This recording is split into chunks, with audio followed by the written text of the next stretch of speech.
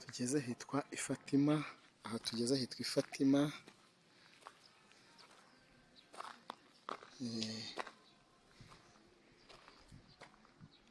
ni ku muryango, murabibona ko ari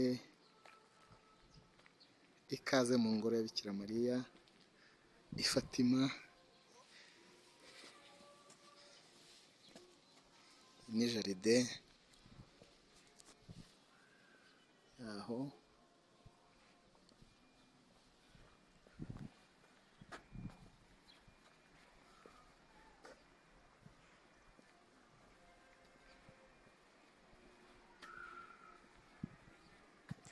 Ni shapeli.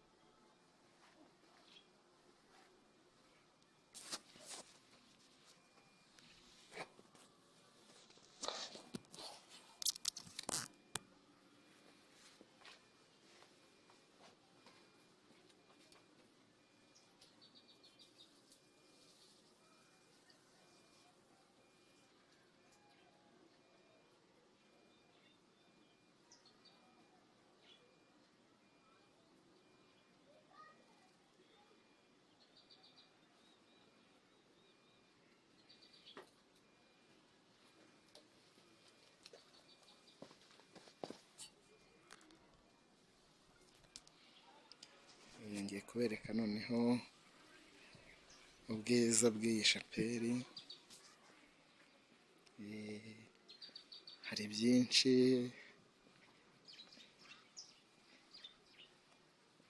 urabona ushaka kuhakorera inzira y'umusaraba, murabona ko bihari. Abana barimo kuva gushengerera, ishengerera rihoraho naryo murabibona ko rihari. Ku rugi haba handitse ko icyo babwira cyose mu gikoreshambo dusanga kwa Mutagatifu Yohani, Ivanjiri ya Mutagatifu Yohani, umutwe wa 2, umurongo wa 5, Bikira Mariya umubyeyi wacu warivugaga akabatembereze muri jaride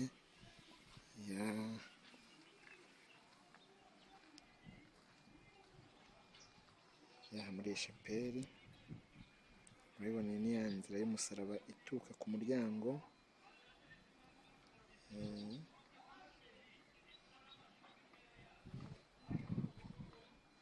ububabare bwa mbere,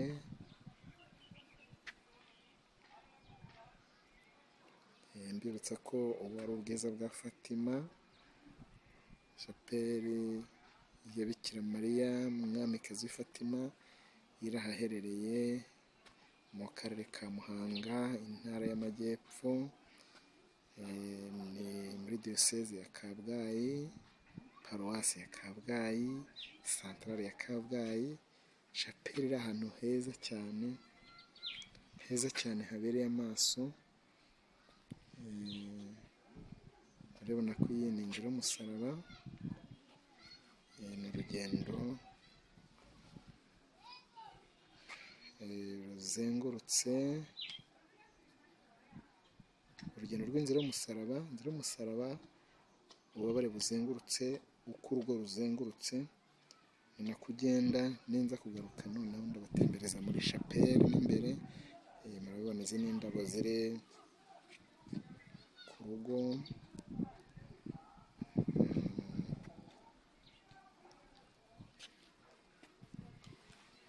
iri ku gasozi neza hejuru ahitegeye umujyi wa Muhanga.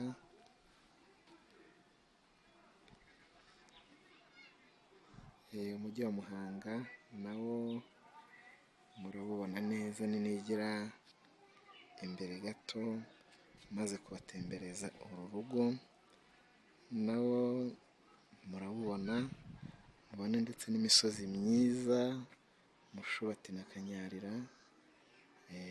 Kanyarira hahandi abavandimwe bene data bemeza ko ngo bahabonera ibitangaza, ni ka gasozi ngo baboneraho ibitangaza niko bivugwa.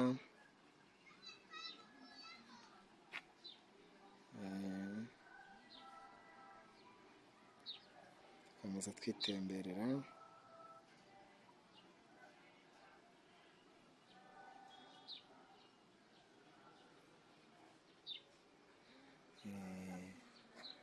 Iyo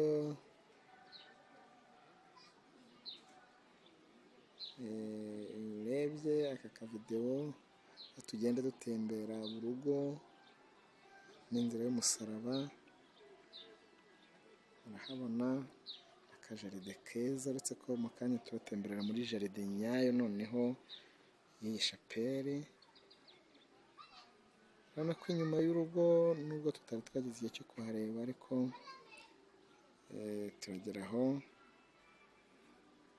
turagera aho tuhabone. Dukomeze dutembere.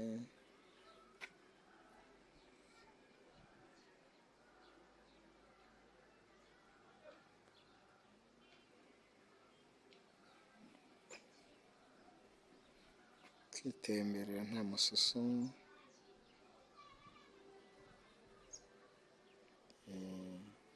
Abashaka gusenga babifitiye umwanya, gusengera aha hantu ni ibintu byiza, ni ibintu biryoshye, ni ibintu bituma umuntu yumva ahumetse mu mutima we, yumva anezerewe mu mutima we, kandi yumva aryohewe, yumva kuko yahuye n'Imana. Ni ahantu hatuje, ni ahantu hatera ubasha kureba ibyiza Imana yaremye. Ni ahantu uvuga, ni ahantu ukora urugendo wifatanyije na Yezu mu nzira y'umusaraba, rwose bikakumerera neza, ukizihirwa, ukagenda unezerewe. Ni ahantu hagufasha gushengerera neza, kuko ubona neza ibyiza Imana yahanze, kandi ubyitegeye ubibona neza. Aha twahita mu gikari cyo muri iyo ngoro ya Bikira Mariya Umwamikazi w'i Fatima. kandi turajya no muri shapeli mu kanya turebe. Twibutsa ko ahangaha tuhatambagira turimo gukora inzira y'umusaraba. Nawe ni karibu.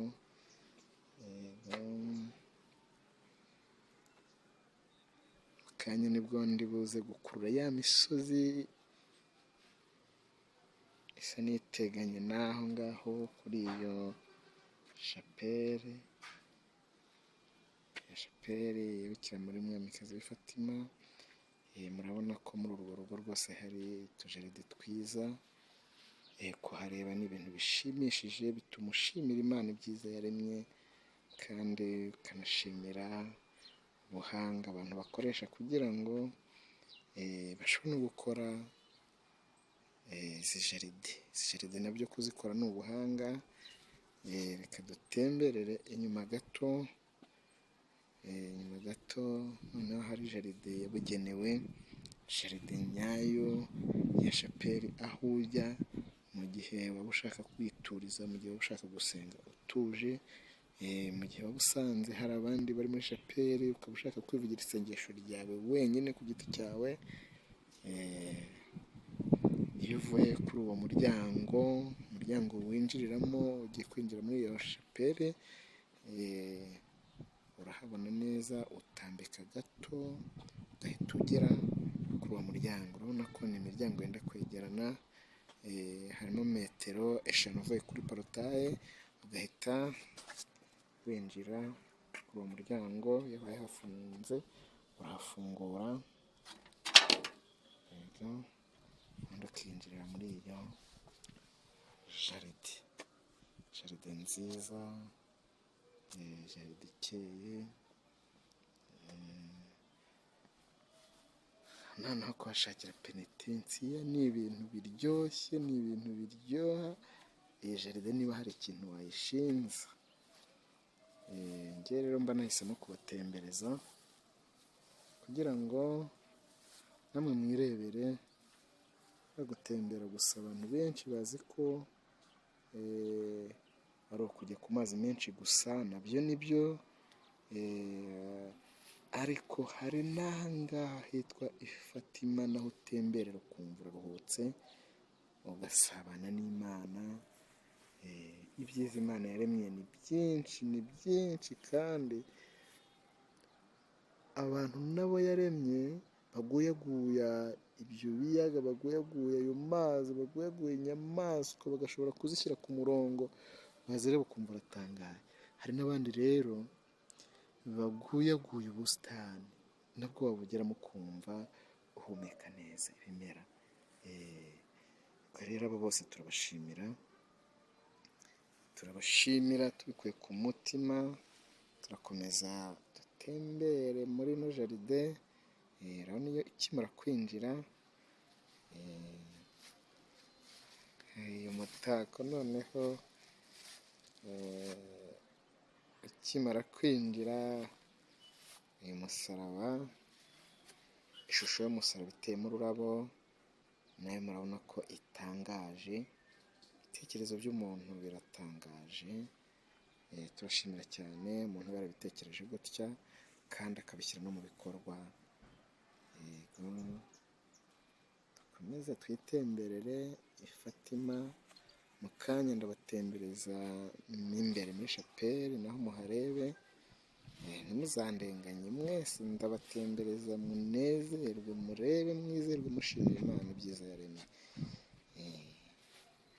Dukomeze dutembere. Ndibutsa ko ahangaha ari nahita mu gikari cya shapeli ya Bikira Mariya Umwamikazi w'i Fatima. Icyanzanye ni ukubatembereza, kandi koko ndabizi neza ko bifitiye akamaro, bituma turuhuka, bituma tunezerwa. bituma umutima wacu ucya, bituma dushimira Imana, bituma turagusingiza muri mu ijuru n'isi kuri byose wabihanze kubwo buntu, kandi wagira ngo igihe cyose tubirebye dukurizaho kugusingiza. Turagusingiriza rero ubusitani buduhaye, turagusingiriza n'iyi shapeli y'umubyeyi wacu Bikira Mariya, nyina wa Jambo, Bikira Mariya umwamikazi w'i Fatima. Turagusingiza uhoraho kuko byose wabikoze ubizi neza ko bidufitiye akamaro. Iyo tubireba rero dukurizaho kukunezererwa kuko uri umushobora byose. urabona ko aka ni agasozi kari hejuru ya Kabgayi, hejuru ya Kabgayi murahabona. Noneho nze mbatembereza ahantu hitwa i Kabgayi, murebe ubwiza bwaho, irebera ubwiza bwa Kabgayi, ubwiza bwa Kabgayi, mwirebere ubwiza bw'umujyi wa Muhanga.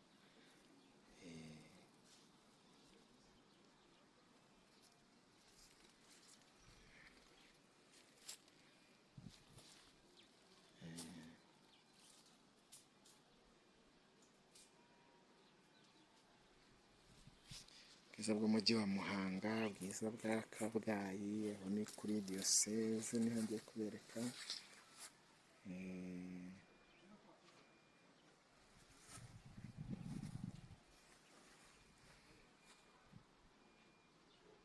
Nimuhatembera mukumva hamerewe neza, iyi ni ya shapeli nababwiraga tugiye gutemberamo mu kanya. Shapeli nziza cyane, shapeli ifite amateka meza, shapeli y'umubyeyi wacu Bikira Mariya, shapeli ahangaha rwose ni kusengera bikuza ingabire, bikuza ingabire cyane cyane njye abakora ingendo shuri, abakora ahangaha wahatembera ukumva ko nawe bikunejeje ku mutima, ukumva ukeye mu mutima, ukumva ukeye ku bwonko, ukumva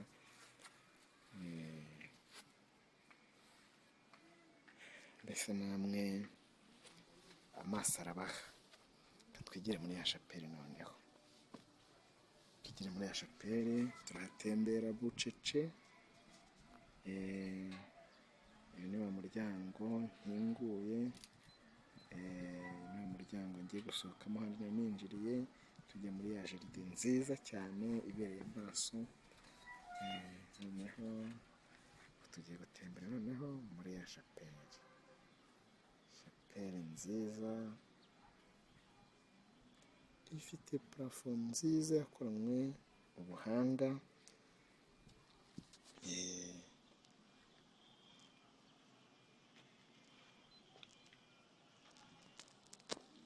Ahantu hose ikoze neza, ikoranye ubuhanga, iri hejuru neza y'agasozi k'i Fatima. Turimo turatembera noneho kuri ya shapeli nziza,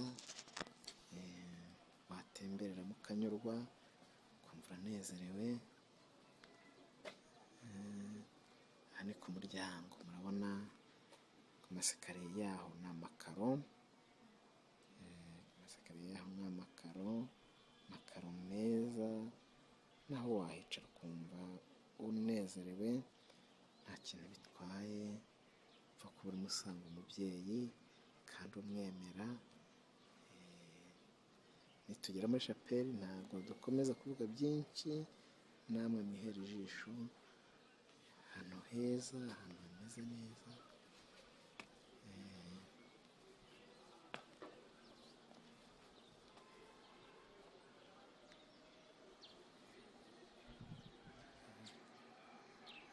Ni wa mujyi wa Muhanga noneho, ubundi hejuru y'agasozi neza, imbere y'umuryango wa shapeli.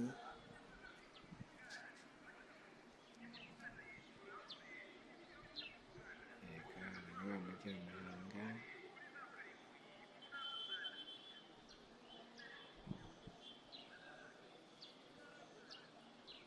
mwiza cyane ari nawo wubatsemo ino shapeli.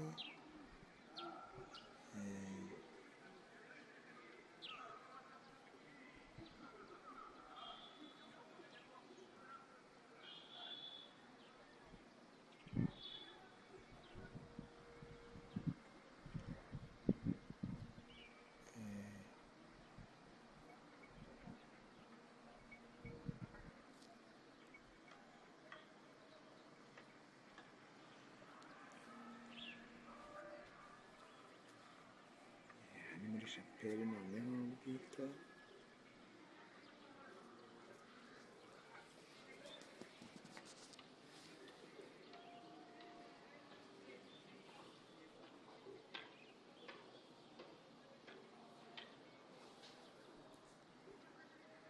Parafo nziza ikoranye ubuhanga.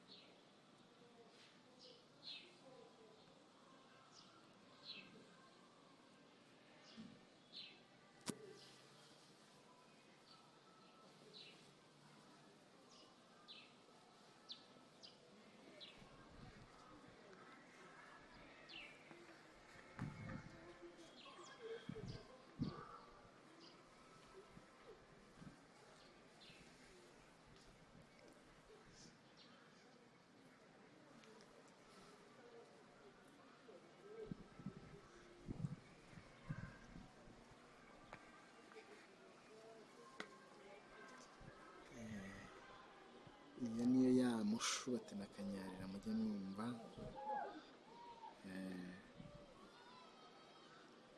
Urabona kariya gasozi kari hakurya, buriya nuko ndi hejuru cyane aho ngaho i Fatima, ariko kariya ni agasozi karekare.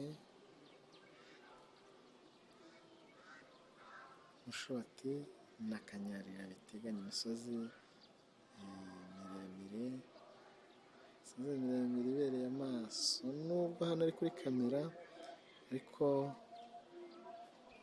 iyi misozi rwose wayitembereraho wagiye urimo ugenda ureba ibyiza bitatse igihugu cyacu, bitatse u Rwanda, nta kintu biba bitwaye.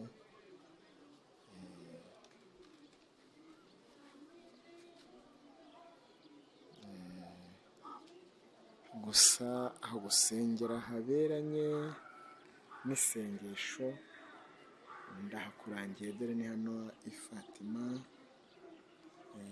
ko Bikira Mariya umwamikazi w'i Fatima, Bikira Mariya umubyeyi wacu,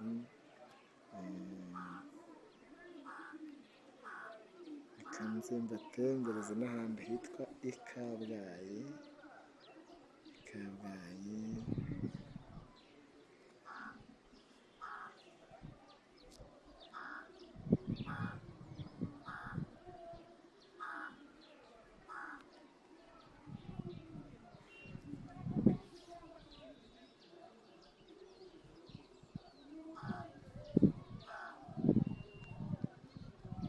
Hamwe hitwa i Kabgayi.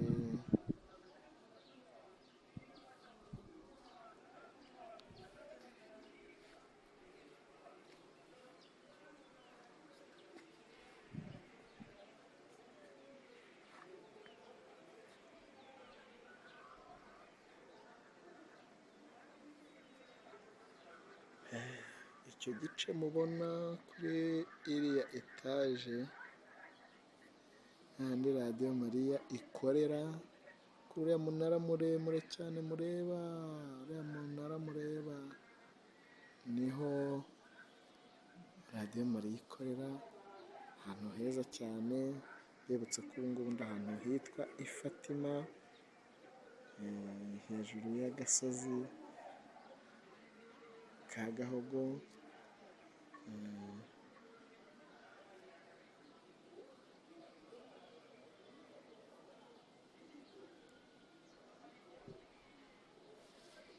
Ahantu haryoshye.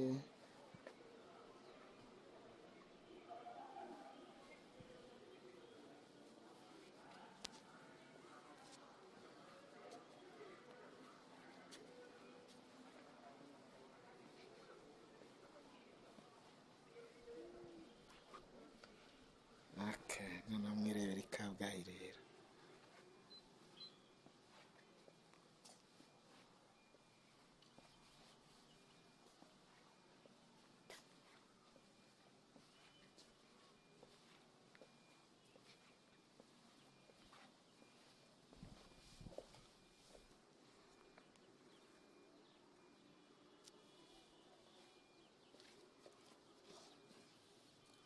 Kabgayi yacu.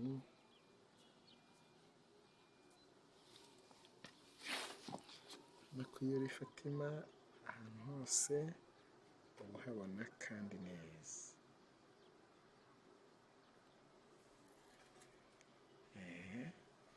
Urabona uwo munara muremure ni uw'i Kabgayi, hahandi bavuga ko ari kuri bazilika ntoya ya Kabgayi. Iriya ni bazilika ya Kabgayi. Aho hakurya ya Kabgayi iyo ni Gihuma, ari naho twongera tukabona ya misozi yacu ya Mushubati na Kanyarira. Mbibutsa ko ibyo byose tubona turi i Fatima, hejuru y'agasozi ka Gahogo. Ubwo ni n'akarere ka Gahogo. Akarere ka Gahogo mu bijyanye n'ubukristu, niho abo mu karere, abakristu b'akarere ka Gahogo niho batuye. Ubwo niho mu karere ka Muhanga, intara y'Amajyepfo.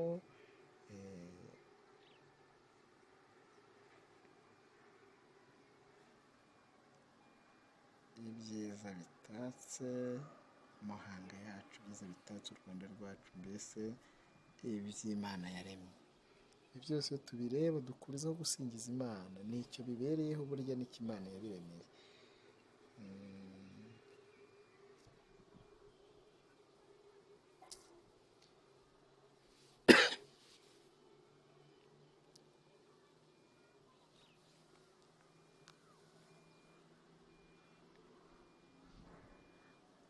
Noneho rero iyo urebye ikirere cyaho, ni ikirere gikeye cyane, ikirere gikeye cyane.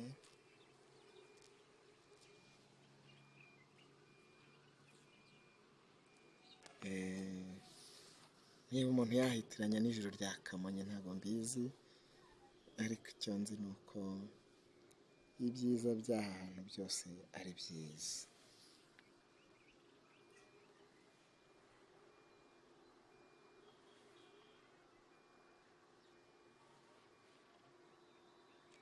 nuko Imana irareba ibona ari byiza.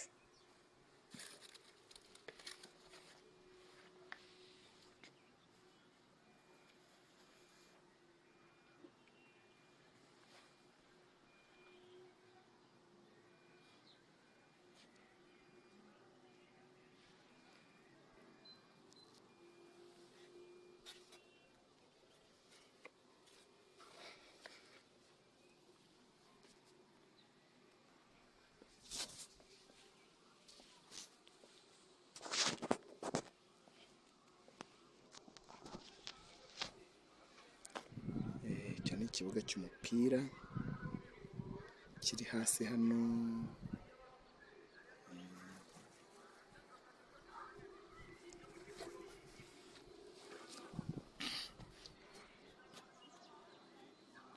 ikibuga murakibona cy'umupira,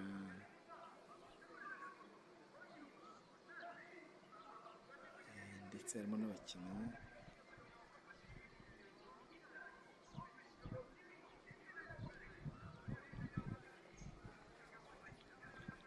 Aho bigishiriza gutwara ibinyabiziga.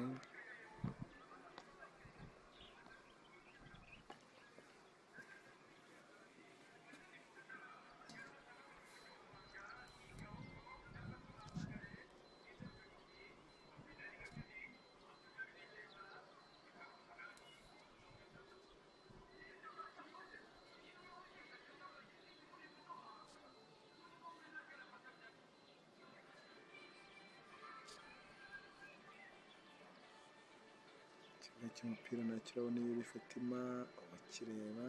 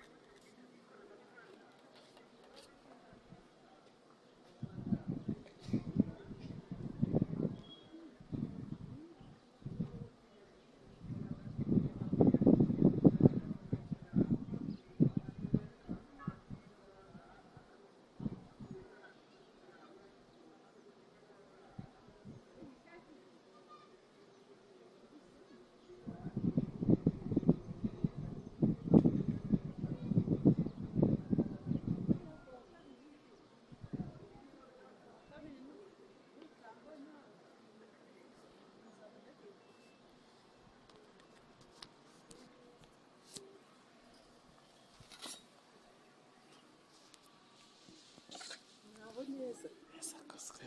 iteka ryose. Tuje gufata amafoto ya Noheli.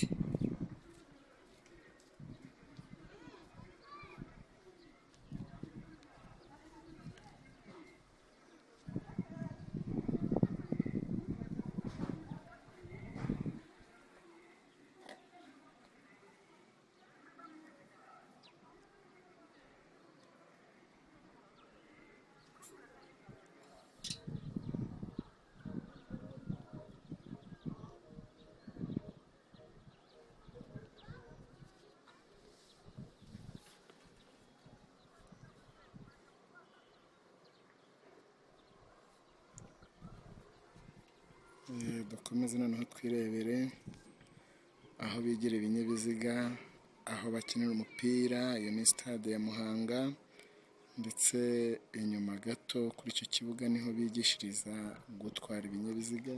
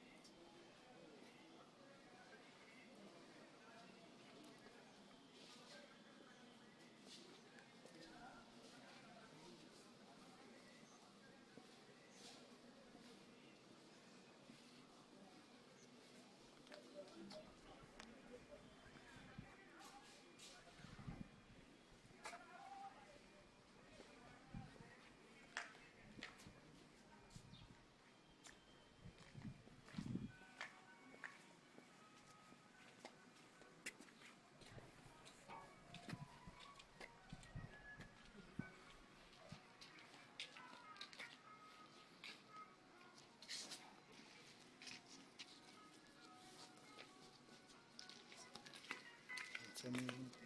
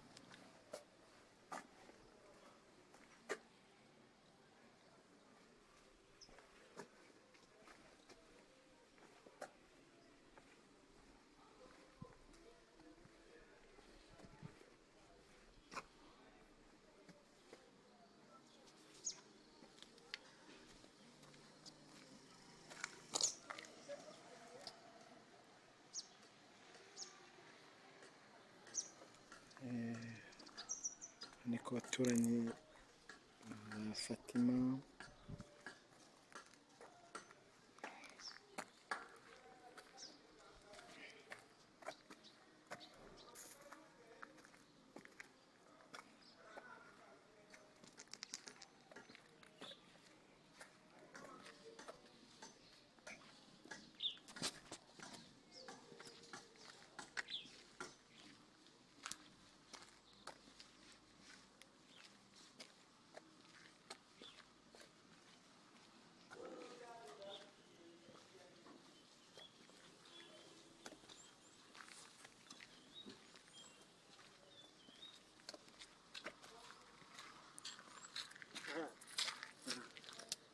heza kozwe, heza kozwe.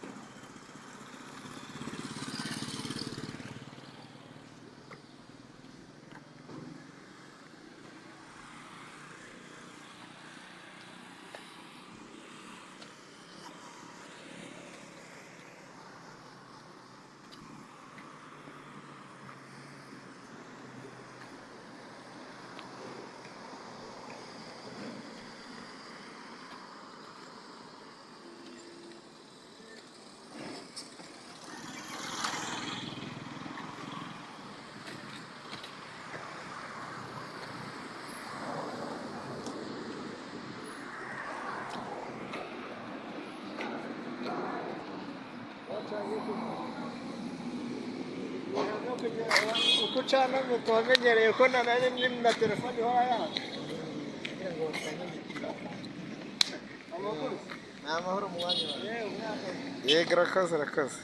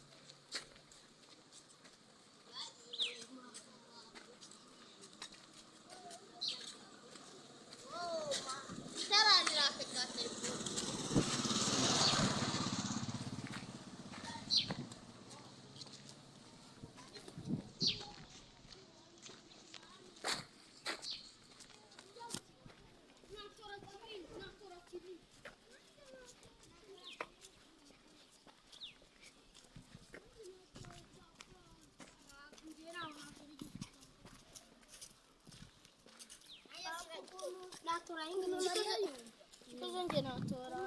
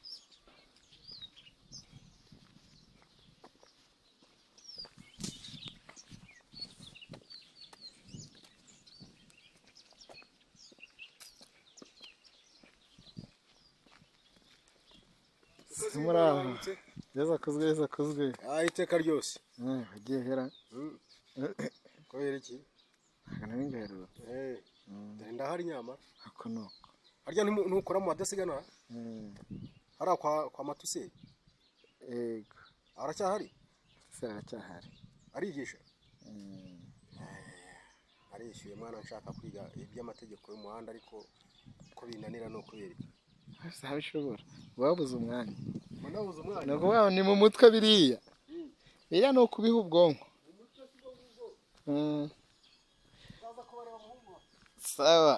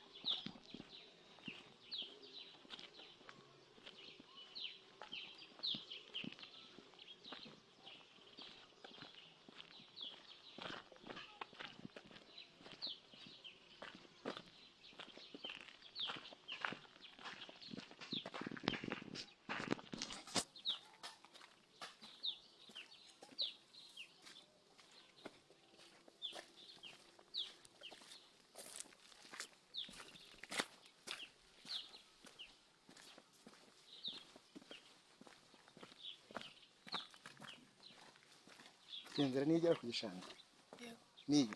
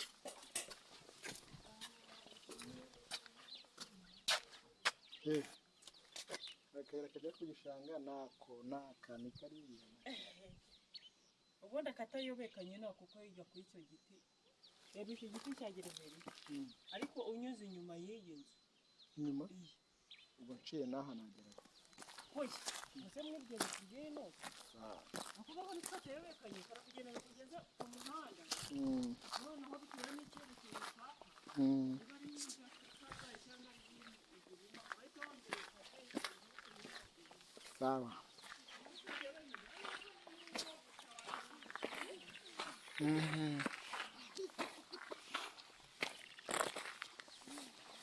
abana amakuru ngenza bite